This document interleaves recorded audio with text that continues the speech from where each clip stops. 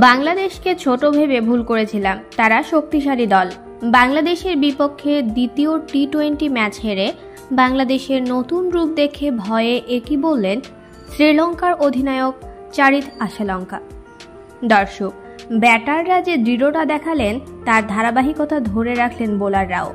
তাদের সাঁড়াশি বোলিংয়ে মাত্র 94 রানে অল আউট হয়ে গেল শ্রীলঙ্কা। দ্বিতীয় টি-20 ম্যাচে 83 রানের অনবদ্য এক জয়ে সিরিজে ঘুরে দাঁড়ালো বাংলাদেশ। ডাম্বুলায় টসে হেরে ব্যাট করতে নেমে 7 উইকেট হারিয়ে 177 রান করেছিল বাংলাদেশের ব্যাটাররা। জবাব দিতে নেমে 15.2 ওভারে 94 রানে অল আউট হলো লঙ্কানরা। প্রথম ম্যাচে 154 রান করে হারতে হয়েছিল 7 উইকেটের ব্যবধানে।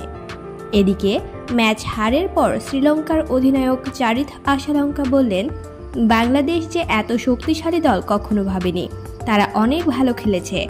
তাদের খেলা দেখে আমি মুগ্ধ। তারা ব্যাটিং এবং বোলিংয়েও ভালো করেছে। তাদের জন্য শুভকামনা রইল।